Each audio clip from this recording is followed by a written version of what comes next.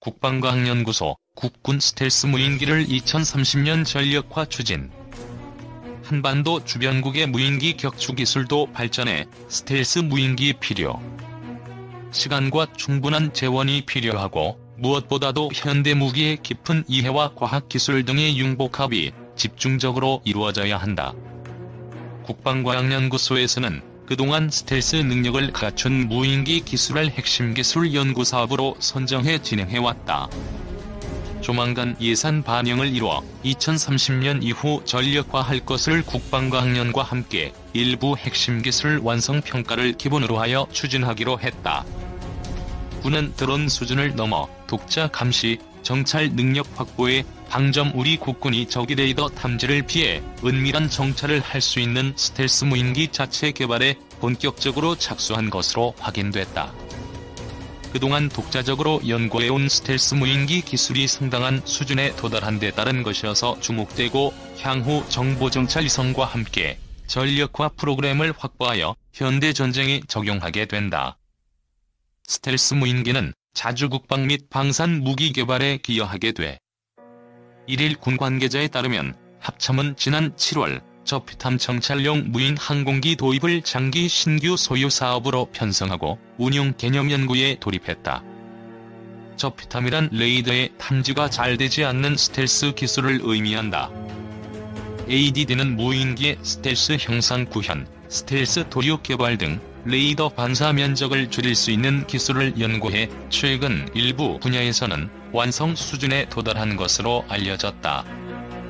군은 운용 개념 연구를 마치면 합동 참모회의를 열어 전력화 여부와 시기를 확정하고 국방종기 계획에 포함해 예산을 반영할 전망이다.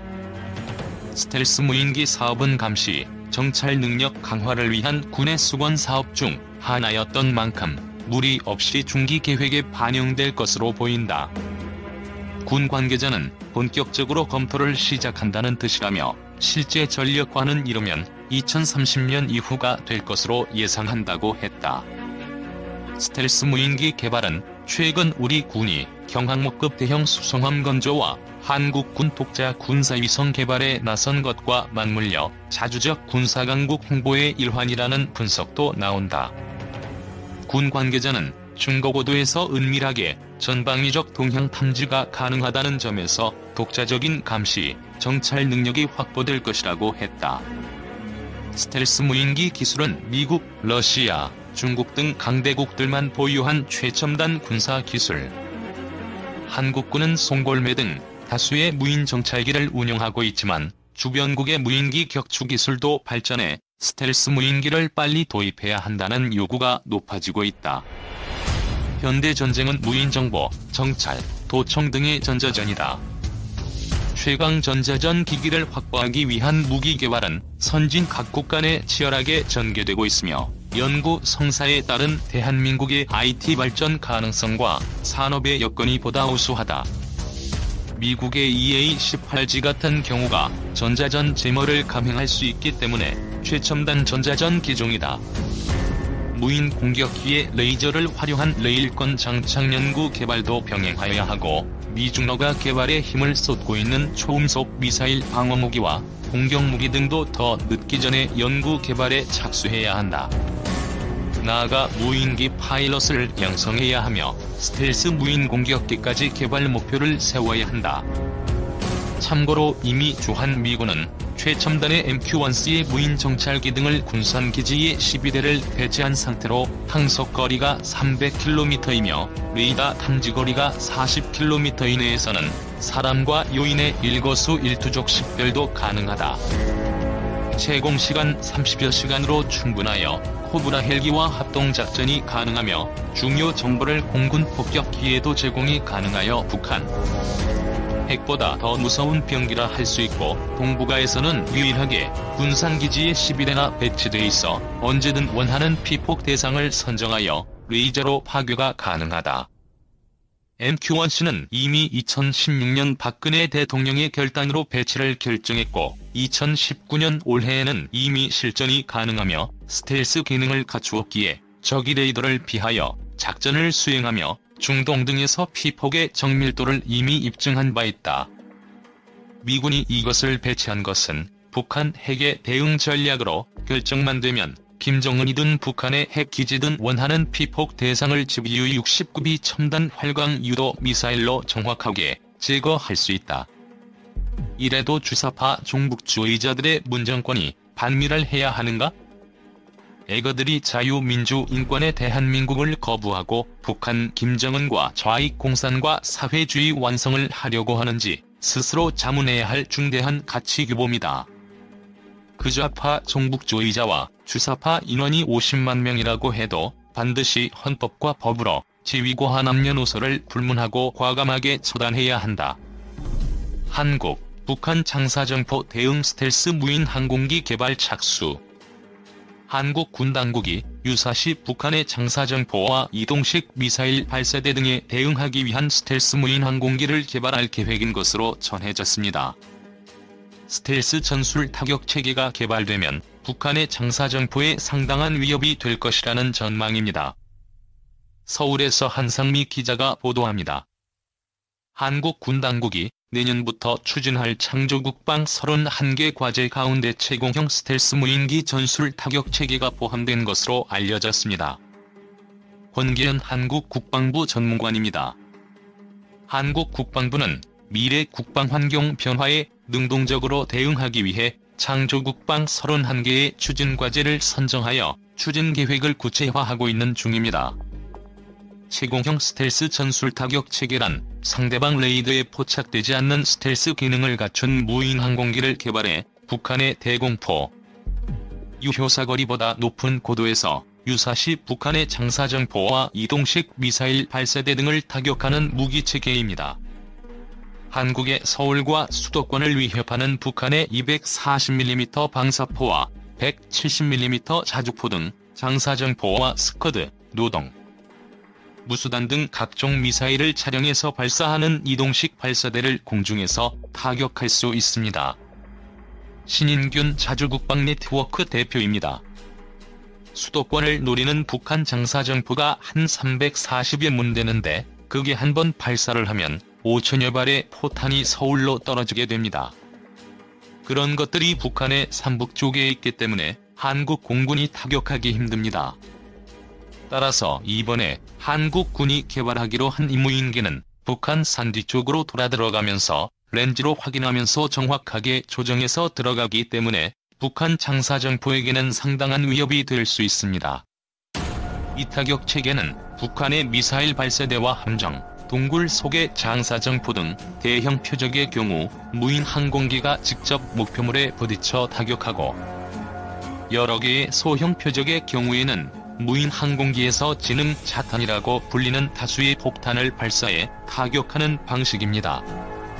지능 자탄은 탄체에 장착된 음향 센서나 적외선 센서 등을 이용해 자체 유도 방식으로 표적을 명중시키는 폭탄을 말합니다. 한국 군 당국은 미화약 33만 달러를 투입해 내년까지 스텔스 무인 항공기 전술 타격 체계 개념 연구를 끝낸 뒤 2019년까지 본격 개발할 계획인 것으로 알려졌습니다. 한국군의 2014 국방백서에 따르면 북한은 야포 8,600여 문과 방사포 5,500여 문 등을 보유하고 있습니다. 특히 사거리 40km의 170mm 자주포와 연평도 포격 도발에 동원됐던 사거리 20km의 122mm 방사포, 사거리 40km의 240mm 방사포 등이 위협적인 무기로 꼽힙니다. 북한군은 또 현재 사거리가 180km 이상인 300mm 방사포를 시험 개발 중인 것으로 전해졌습니다. 북한의 자주포와 방사포는 합쳐서 통상 장사정포로 통칭되고 있습니다. 정경두 극초음속 미사일 개발 공개 천명 스텔스 무인기도. 정경두 국방부 장관은 5일 극초음속 미사일과 스텔스 무인기 등 첨단 무기 개발을 서두르겠다고 밝혔습니다. 정 장관은 5일 오후 대전 국방과학연구소 창설 50주년 기념식에 참석, 축사를 통해 앞으로 우리 군은 정밀유도 조종 기능을 갖춘 유도무기, 장사정 및 극초음속 미사일, 고위력 탄두, 한국형 이성항법 체계 등의 기술 개발을 가속해 미사일 전력을 더욱 고도화시켜 나갈 것이라고 말했습니다.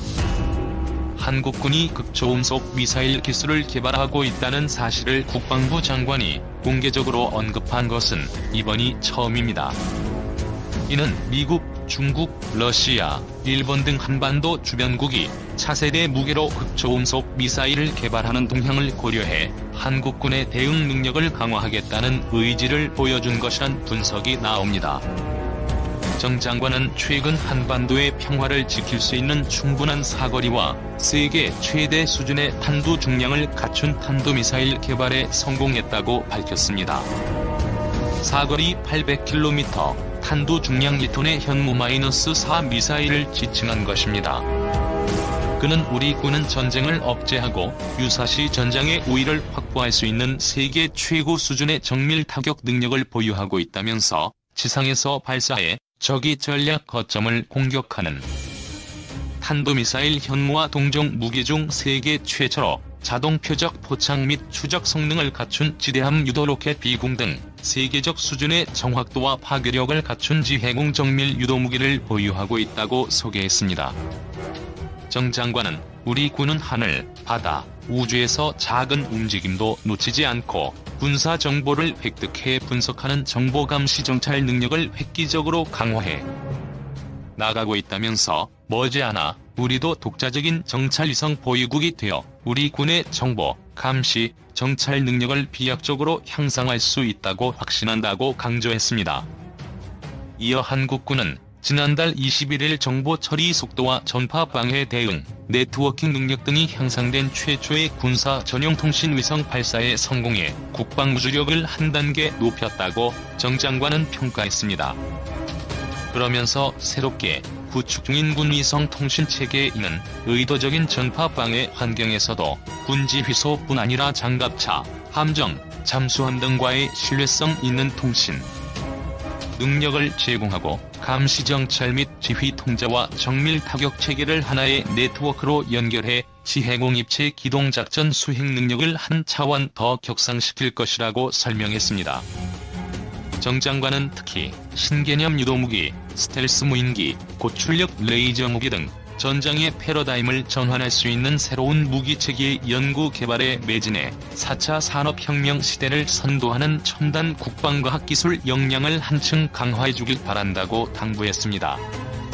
그는 국방개혁 2.0의 일환으로 추진하는 국방과학연구소의 재구조화를 반드시 완성해 세계 제6위권의 국방과학 기술력 확보라는 목표를 달성해주기를 기대한다면서 신종 코로나 바이러스 감염증 치료제 개발과 화생방전 대비 등 비전통적 안보 위협에 대응하기 위한 연구 활동에도 더욱 매진해달라고 당부했습니다. 정 장관은 우주 발사체의 고체 연료 사용 제한을 해제한 미사일 지침을 채택한 것에 대해서는 우리 군이 북한의 핵미사일에 대응할 수 있는 능력과 군사정보 감시정찰 위성, 그리고 항공우주 분야 연구 개발에 박차를 가할 수 있는 새로운 전기를 마련하게 됐다고 평가했습니다.